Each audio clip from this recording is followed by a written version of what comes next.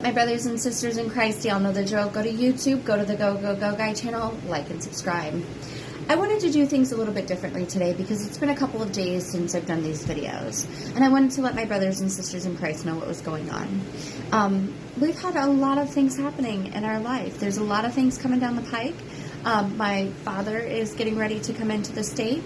My daughter, my one and only baby, is getting ready to finish sophomore year of high school.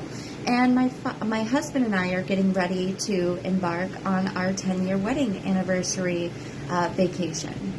So on top of life and work and everything else, we've got all these other life-changing events that are happening. And it's been nothing but blessings, you guys. And I will say I was very human about it at first. There were some nerves. There was some stress. And I just kept giving it to the Lord. And I will tell you, if you're not giving whatever your it is to the Lord, you're truly missing out. Because I sit before you today, and I have peace, and I have calm, and I have excitement, and I have a brighter outlook on what the future is going to bring, even though there's so many unknowns. And I think it's the unknowns that get me personally tangled up. I like to have details, and I like to draw from my own experiences. So whenever the Lord puts me in these situations of dealing with the unknown, it is so important that I continue to surrender. And surrendering is very difficult for me sometimes. Giving it to the Lord and surrendering changes everything though. I have been one to hold on to things, and I have been one to surrender. And let me tell you, it is so much better whenever we surrender. I think that's very human, and I think we all go through this. I think there's this constant battle of flesh, of worry, of anxieties, of wanting to hold on to things, and then the spiritual battle of knowing that whenever we give it to God, it is in the most perfect hands it can be in, and that it's going to work out for His glory. So anyway, I say all of that to say this. Today we're going to talk about obeying God, having faith, and life changes, because these are the things that I'm dealing with in my personal life, and I wanted to share this with y'all because I can't be the only one.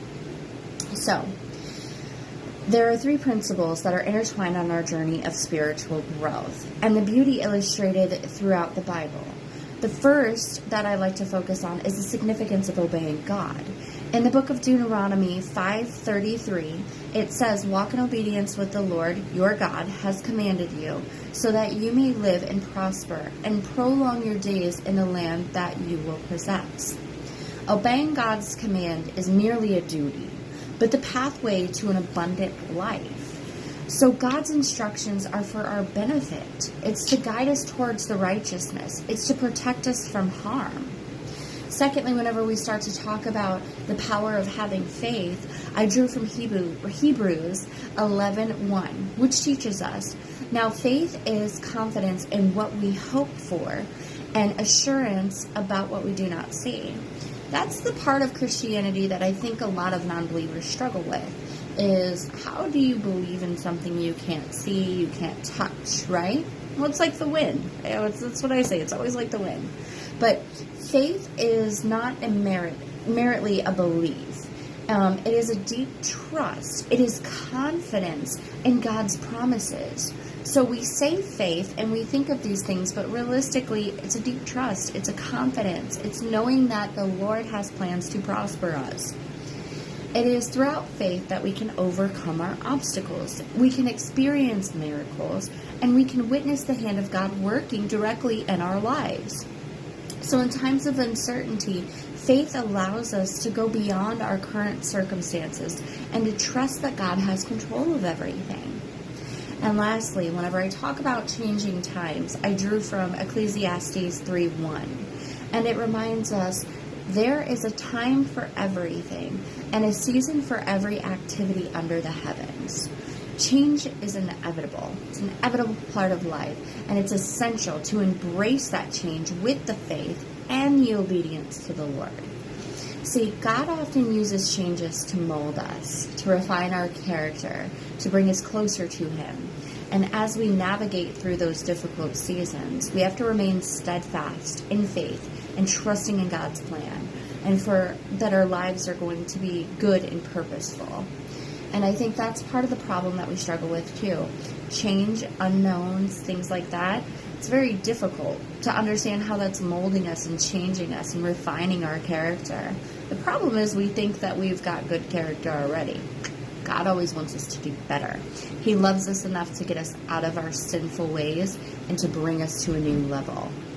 In conclusion, I wanted us to reflect on the importance of obeying God, having faith, embracing the changing times in our lives, and letting us remember the words from Isaiah 41:10. So do not fear, I am with you. Do not be dismayed, for I am your God. I will strengthen you and I will help you.